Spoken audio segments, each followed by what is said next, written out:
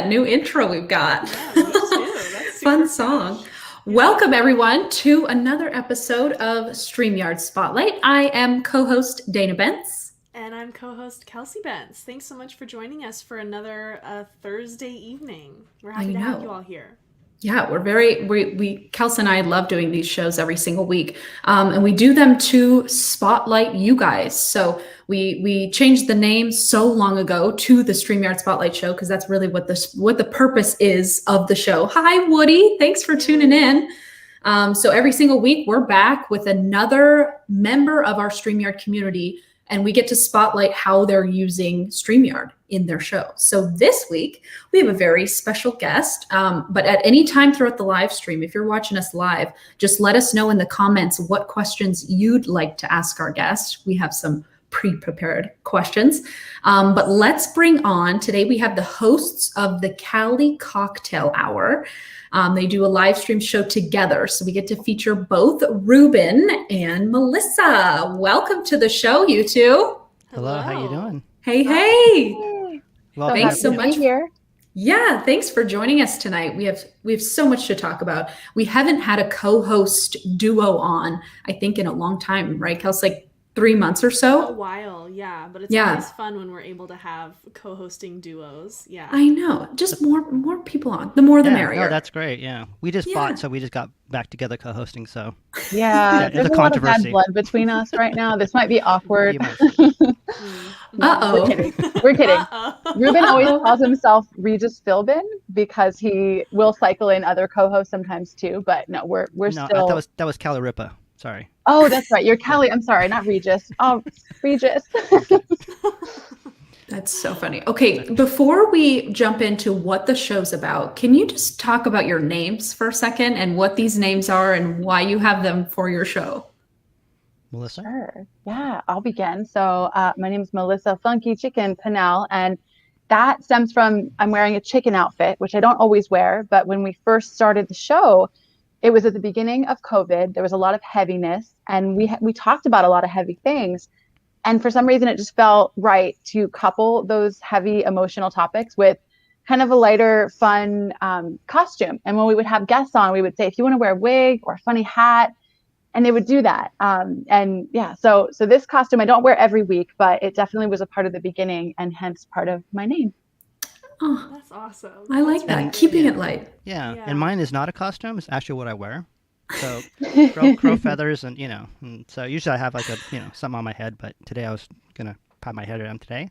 But like Melissa said, we try to keep it different, and we wanted to have a feel like you're out somewhere else, especially when COVID started. And a lounge, where people can get together because we weren't able to get together, and it really emoted with a lot of people. So, and I love crows, so that's one of my favorite spirit animals. So, yeah. And Ruben, your whole background is really awesome. I mean, you got the candles going on, you got the lights going on, you have is that a projector behind you? Yeah. So I'm very cool. That's so cool. Yeah. Let's see it. Let's see that in the big screen. That's super cool. Yeah, it's glitch art. So, I'm a visual artist, so this is I was going to say Ruben's an artist, so this is nothing compared to what he does some weeks. He has some really incredible backgrounds. Wow. So you're switching it up every week. Yeah, a little bit. Yeah, here and there. Yeah. So I'll do different projections and different backgrounds and stuff like that. So cool. Yeah. I love that. Yeah. So for our audience members who don't know what the Cali Cocktail Hour is, can you describe the show and kind of how you're using StreamYard to host it? Yeah, and I want to go back just a little bit so we know how we got to StreamYard. So when I'll do it real quick. When COVID came out, everybody was everybody was scared. It was a dark time, and so I got out on Facebook and just did a live and said, "Hey, is everybody okay? Does anybody need to talk?"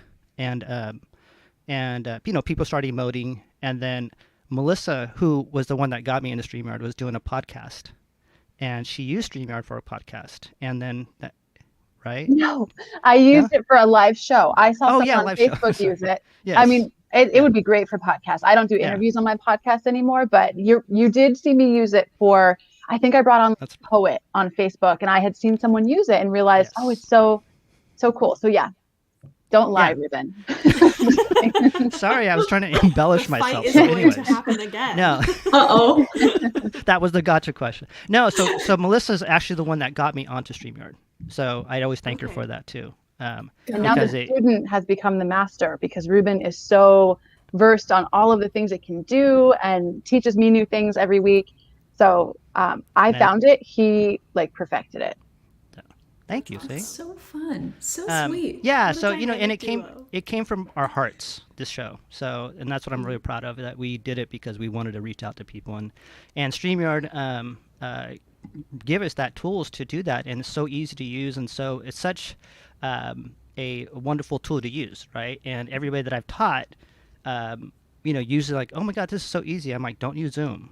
I'm like, don't call it a Zoom. Oh, anyways, we'll go about that later. So it's just a really easy platform to use, and you can get really creative with it. And that's the best part, that you can actually use your EQ in doing a show rather than an IQ of like trying to get everything perfect and make whatever you want. As an artist, that's awesome for me. EQ, emotional intelligence. Did you say that? I just wanted to qualify that just in case. Oh, sorry. Because sometimes I'll hear that and be like EQ, but it's like artistic, creative, emotional intelligence rather than just. And what is neat about this program is that you don't have to be particularly tech savvy to use it, which I appreciate because I'm not. I talk about that all the time because like when I first was introduced to StreamYard and started working there, I was very intimidated by working at a tech company, but StreamYard is very intuitive, I find, and like quite user friendly. So I'm glad you brought that up because I definitely feel the same way. I think a lot of people do now too. Right? Yeah, makes sense. So has StreamYard helped you at all grow your like reach or grow your audience base? Well, now that I'm using more platforms, like I finally upgraded to the 8. I think that helps a lot. 8 right? Destinations. Yeah, I'm like, where else can I go? And so Melissa's a life coach. I'm an artist. And our reach is different from each other too, which is great because we come together, and that's sometimes she will have to explain what I say because she does, which is fine because but so outreach and different people will see it and will emote to it most likely, which is the best thing is when people call you and tell you that you help them through the night or you help them through the day. Reaching out that's a hardest part of an artist to do, is to really promote themselves. I think it's really hard for a lot of us, even Melissa. I won't speak for her, but I know that it's hard for me to promote something. I'd rather create something. Right. Yeah. So Right. so I'm good with people reaching out and saying that to us, because I think that helps a lot. I like that you put it like that too, because I think, speaking to the issues some of us can have with self-promotion and like, how do I grow my reach? It can sound very cold, especially when you might divorce it from the warmth that can come from whatever you do, whether that's art or healing or, coaching, and recognizing that we can, we'll have a topic, like our coming topic is going to be core values. And because of this platform, we're able to not just talk about it, also incorporate different things we find online or some art, or it like gives us this way to tell a story rather than just like I recently published a book, and Ruben's always like, plug your book, but we'll have conversations around it and bring in guests that can relate to it, and that's a gift, I think, of this program for sure, that it like enables, it softens the edges of marketing and reach, those words that I can be like, ooh, when I hear. Oh, And I like that. Do I you love that utilize the term. live chat feature from like the live viewers as well during your shows? Because I assume that could sort of help the community engagement in a way. Yeah, and that's what mostly it's about. We sit back and listen to people. And in the very beginning, when Code first started and Melissa and I first did this, it was dark. People were, we talked about suicide, people were coming at suicide. I mean, just meant, and, we're happy because some people dropped off the show, but we're happy because we know they're in a good spot now. Right. So, and now you have different, we changed it up a little bit different too. So you have a different, comments, but it's always been an engagement show, and so we've always had people come in. We let them ask the questions and kind of veer off, and we're okay with anything. Yeah. Even like I see the comments popping up and I just want to say, Stephen, hi, thanks for relating to that. And that's something that like we recognize the importance of, because otherwise like Ruben and I could just have a live chat and it could just be the two of us and we could just get all in each other's ideas. But it's really cool to, and this is the part Ruben handles, but to bring on the comments and the ideas and sometimes the challenges. You know, we might have some point we're making and someone disagrees with us. And then there's this kind of live unpacking of, you get to watch us handle objections and, you know, differences. And that I think is so important, that interactive quality. We love that. Yeah, absolutely. Yeah, and Very coming well up said. coming up like on the fly, like doing like creating all this content on the fly, I feel like it takes like such a level of skill. Like I think that also improves, I don't know if it's like an artist thing, but I kind of think of like improv as an art. You know what I mean? Yeah. And it feels like you're doing that in your show.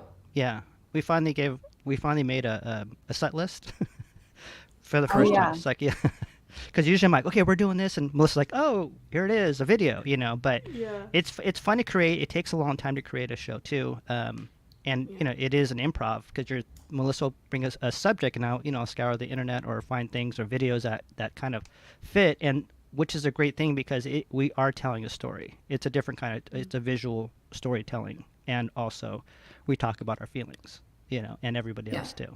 So Yeah. And that live aspect, sometimes we'll start here and then we'll go here. And it's like you never would have expected that that was where this topic would take us. Yeah. So Ruben also alternates with we call it Cali Cocktail Hour, but it's Feelings Friday. And sometimes the feeling we'll think we're all going into, it's like maybe everyone's struggling that day and it just sort of piles up and it becomes this very serious show. Or maybe we go in with like a really heavy topic like grief, but everyone's like making really stupid jokes and it's like super light.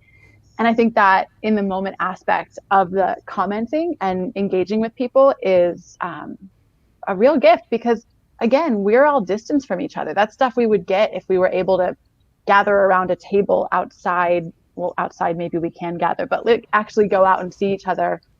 Being as isolated as many of us still are, it's really cool to get a little bit of social interaction. Yeah. Absolutely. A little bit of community. yeah. Yeah. Yeah. I'm wondering Yeah. what's the biggest maybe changes or growth that you two have experienced as live streamers from the beginning of the pandemic when you first started the show to now? Like, are there any big developments that have happened over the last like almost a year? It's crazy to think. Melissa. You know, as you say that, I think the biggest thing to come from going live consistently, and it was something I was practicing a little bit just for my own like walking through fear's sake before, but when you do that, you inevitably have to be more yourself unless you're just really good at keeping on a mask. And so, for example, I'm a coach, and I used to think life coaches are kind of like serious and put together, and they always have the exact right answer, and I can't be messy.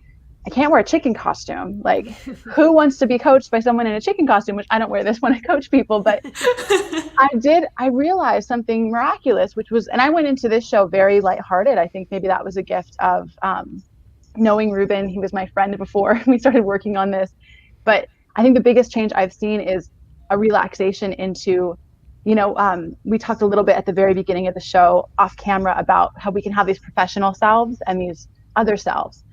And I think we're all complex humans that inevitably have different sides, but they don't have to be as different. And I think I found I can be a really silly life coach, and I can be kind of messy. And we can just sit with people in their pain and not fix it, which is that's always important, I think, in healing. But when you're live and someone gets on with you and says, I don't think this tool works and I'm really struggling, and we get to live action, like kind of witness that with them and share that space. It's really beautiful, but it's also uncomfortable. So that has caused some real growth, I think, for me. I'm curious what Ruben has to say. What do you think? Yes. Wow. No, I'm kidding. Yes. No, you know, and it's true, you know, and because, you know, we have to go through all these subjects, it makes me go through different, you know, I would say my favorite interview is Oprah Winfrey, and I go to her, you know, to look to see how she interviews people, how, you know, and just learn from a master. And learn from all these other techniques that Melissa will bring up, or issues and topics that I have to go learn a little bit about it. So we have grown, I've grown spiritually a lot and logically too. And as far as live streaming, I've grown a lot from when I began to. I love the new video feature, by the way. That's my favorite one so far. So glad. Yeah. Awesome. And so I also just finished a program where I was a mentor, a live stream mentor. So we all use StreamYard. It was an artist core. So I taught 5 different artists how to stream, and it was a Sacramento artist core, and we did all on coronavirus. So they all, we had the Sacramento Poet Laureate doing a show that got picked up by the Senator Pan's office here in California.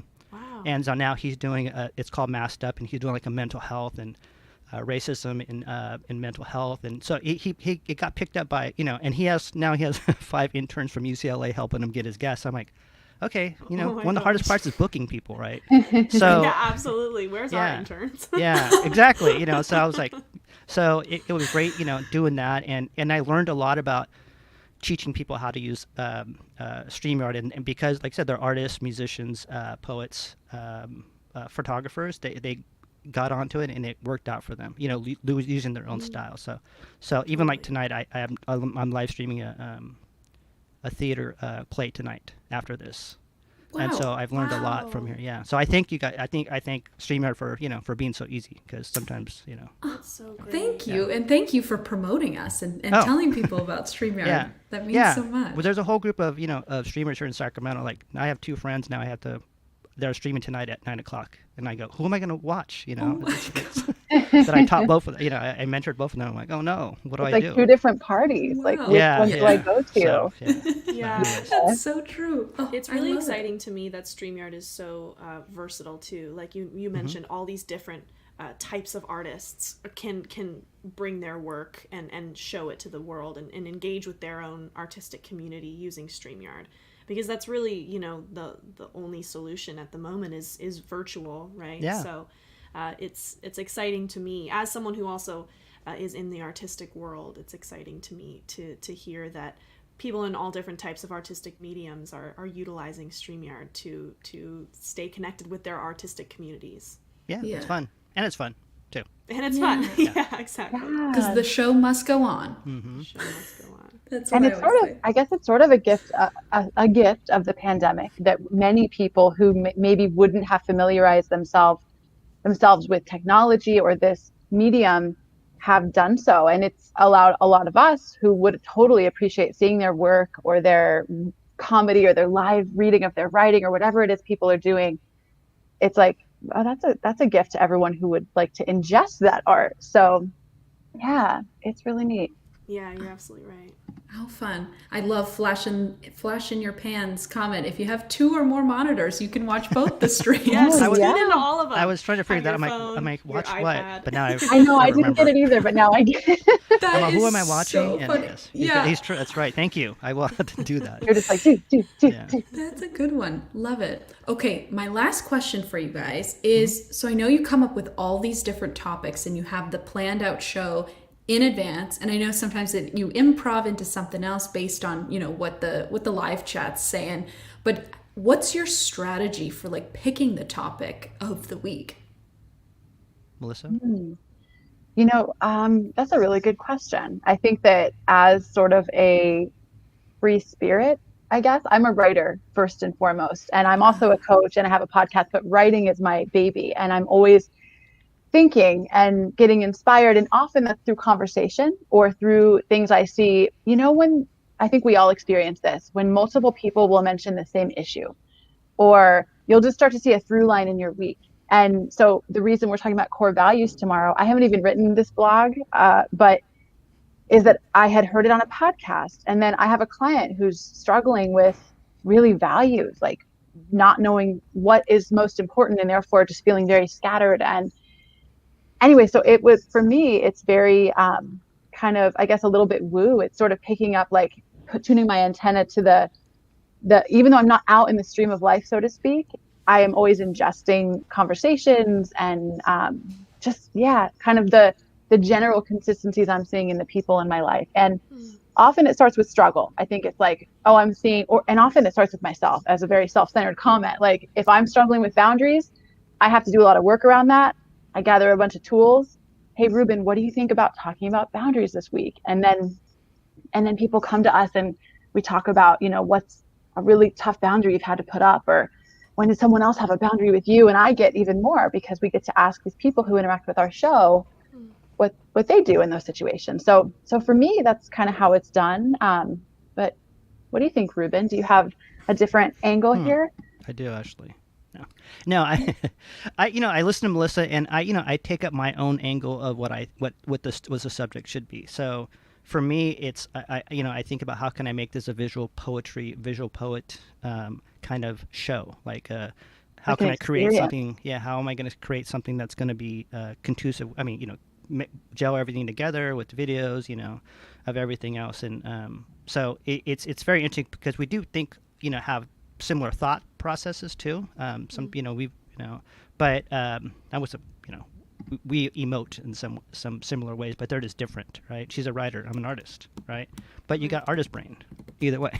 Absolutely. So it may not be told the way it's they usually do, but I try to get out with visual stuff. And when people ask me, I'm like, well, I call myself a live stream artist.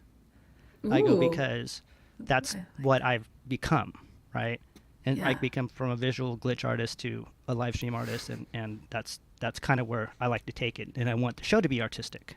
So with using all the video, I mean, the more tools I got, the happier I am. I'm like, oh yeah, video, awesome. I was like struggling so much. I'm like, okay, I'll use OBS to stream into StreamYard, and then do this and that. But I was like, okay, and we learned that too. But it's much easier this way, Wow, awesome. How fun. Very cool. It was so fun to learn about you too and learn how you host the show, how you're using StreamYard. It was very fun to spotlight the Cali Cocktail Hour. Thank you for being here. So much for and we like to thank us. everybody for coming to the show too, and allowing us to be in their space too. Your show, I appreciate it. We appreciate it. Thank you for having us. This was nice. Yes, it was so fun. So where can people follow the Cali Cocktail Hour? Let me see if I have. There is YouTube would probably be the easiest one. It's youtube.com/RuRevel. Melissa has her coaching page, which is. Yeah, so I run Follow Your Fire Coaching, and we always stream live to that page as well. So Follow Your Fire Coaching. I think, Ruben, if they search Cali Cocktail Hour, will that turn us up on Facebook, or is that it'll probably YouTube and Twitch, probably. And there's like three three Facebook pages, right? Is YouTube it and Twitch. youtube.com/RUREBEL? Is that right? Yeah. Okay, V as in Valley. V. Yeah. Oh, V. Okay, Sorry, editing. Yeah.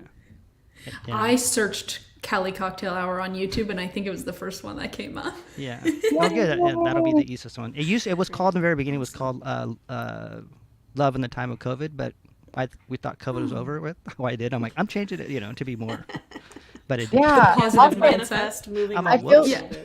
I feel the need to add, as I am a sober person, I don't drink, and I only mention that because we run the Cali Cocktail Hour, and always as a part of our intro, I say mocktails are welcome. This isn't just like party time. We're all getting wasted. Not like anyone who drinks does that. And we put that in the tagline, kombucha, whatever your drink is, exactly. Because I have a lot of sober people, and I want to make sure I don't alienate. That's important, right? It's basically come as you are, in your pajamas, in your chicken costume, in your feelings, whatever, however it is. So your farm to fork, that's lovely. Thanks just be you. Yeah, love that. Yeah, I appreciate. Well, thank you too again, and we can't wait to see your next live stream show. Thanks for being here. Yeah, thank you very much, everybody. Thank you. Thank you. Bye. Thanks for having us. Bye. Oh, how fun! I love their energy together. I think they're so me fun. too. So we can follow them. Go ahead and follow them. Subscribe to their channel. Follow the Cali Cocktail Hour, and get in there. And we'll be back with another Spotlight episode next week. Thanks everyone for tuning in. Thanks.